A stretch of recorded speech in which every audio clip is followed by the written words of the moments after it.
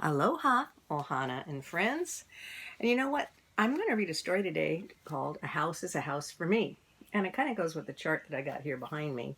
Now I'm being a little bit too teachery, I know, but I just thought I'd share a couple of ideas with you as I go along the way. And I wanted to thank a special friend of mine, Margaret Perry, also known fondly as Nanny, who helped me many days in my kindergarten classroom. And the kids called her Nanny, and she was their right hand and their left hand. And she loved kids, and she loved stories, and she loved books more.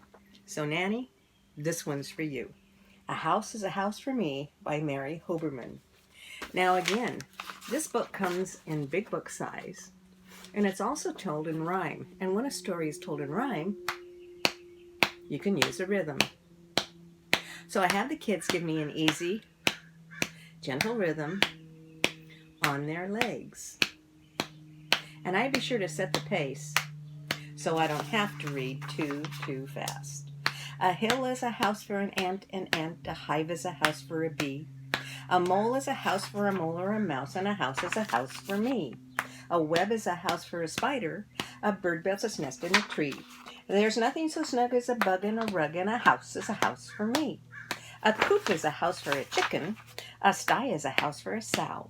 A fold is a place where she gathered to sleep, and a barn it's a house for a cow. It also, of course, is a house for a horse. A kennel's a house for a dog, a house is a house for a flea. But when the dog strays, a flea sometimes stays, and then it may move in on me.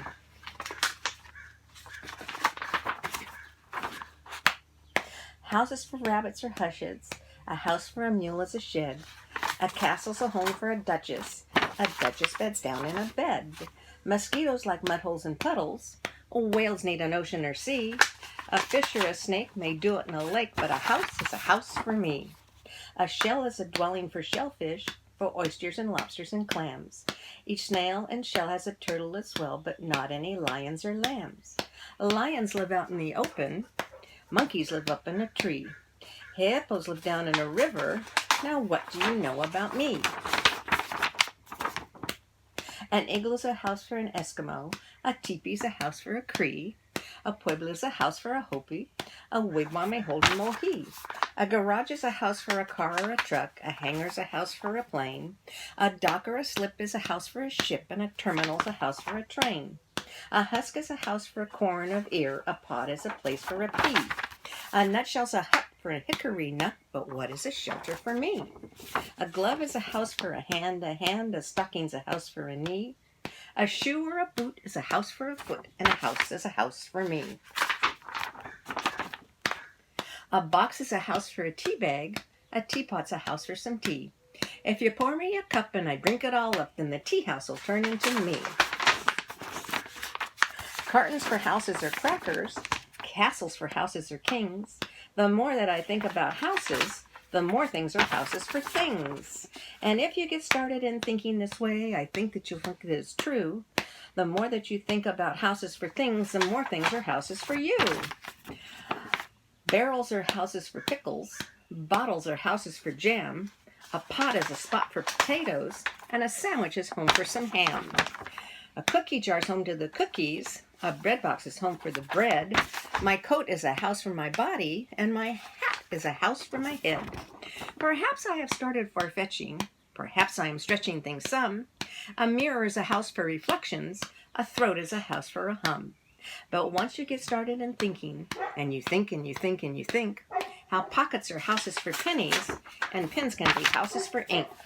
How peach pits are houses for peach pits, and sometimes are houses for worms. How trash cans are houses for garbage, and garbage makes houses for germs.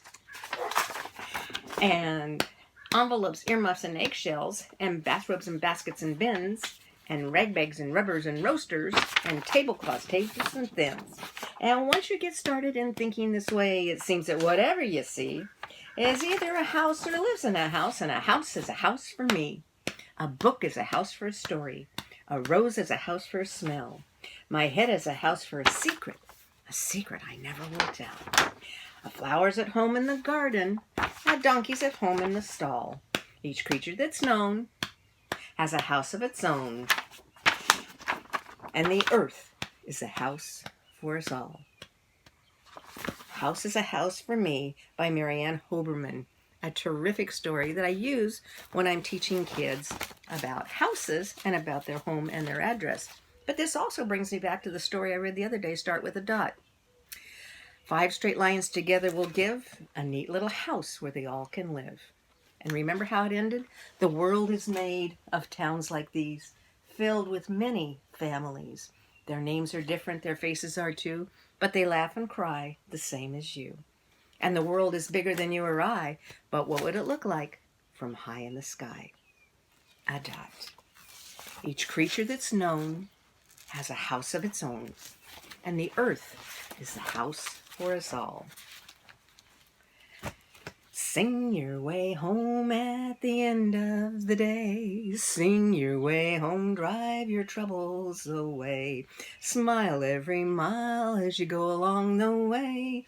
Sing your way home at the end of the day. Have a wonderful day, and be sure to share a song and a story with old friends and new. Aloha, a hui ho.